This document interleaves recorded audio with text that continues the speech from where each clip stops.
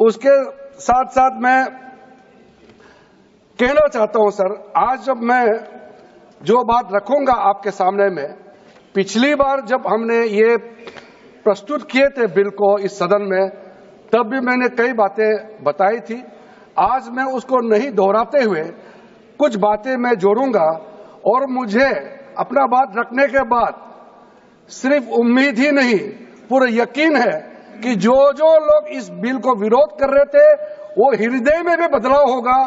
Positive सोच के साथ इस बिल में सब समर्थन करेंगे, ये मैं विश्वास के साथ आगे अपना बात रखना चाहता हूं।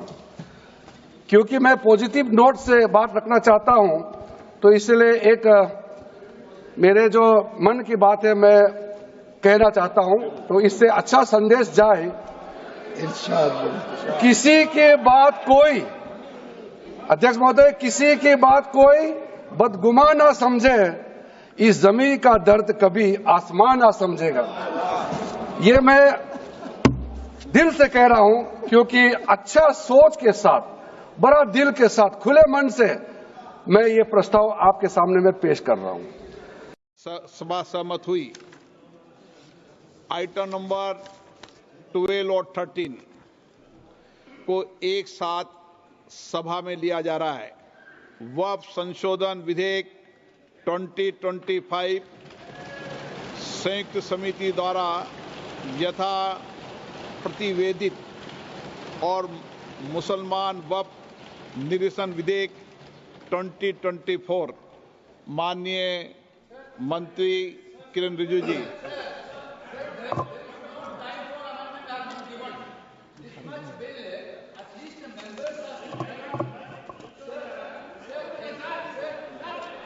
हाँ, बोलिए। This type of bill, when you are bringing it to the House, at least the members has to have the power to give amendments. Yesterday, what happened, sir? This bill has been brought into the notice of member only afternoon, around afternoon. Then the amendment time will be ceased till 3:30. Then how can the members move amendments, sir? This is basically, you are actually bulldozing the legislation, sir. This type of legislation bulldozing is not happened in this house, sir. Sir, members have to go. Why that, sir? You need to give time for amendment, sir.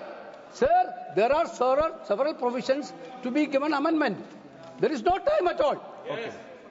Okay, आप सुनिए। आप बैठिए, एक विषय मैं दे दूं।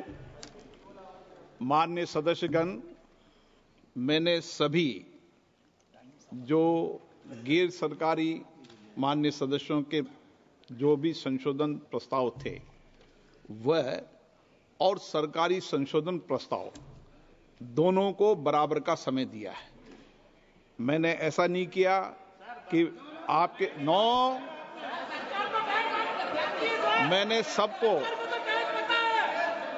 मैंने जितना भी समय गैर सरकारी संशोधन को दिया है, उतना ही समय सरकारी संशोधनों को दिया है। मैंने दोनों में कोई अंतर नहीं किया गया है। मंत्री जी को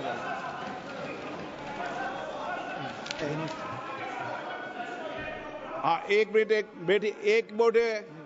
एन के प्रेमचंद्रन जी, आप बता दीजिए। Sir, my point of order is relating to Rule 80, Clause 1 of the Rules of Procedure and Conduct of Business, and under Rule 376 of the Rules of Procedure, and also colon sector, page 615.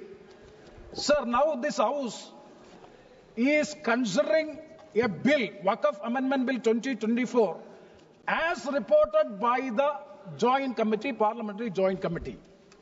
We are not discussing the original bill. It is as reported by the Joint Parliamentary Committee. My definite question to the Honorable Speaker, sir, is whether the Joint Parliamentary Committee has the right to incorporate new provisions in the bill. It is beyond the powers and ambit of the Joint Parliamentary Committee. They have incorporated so many new provisions. I have no objection in respect of those provisions.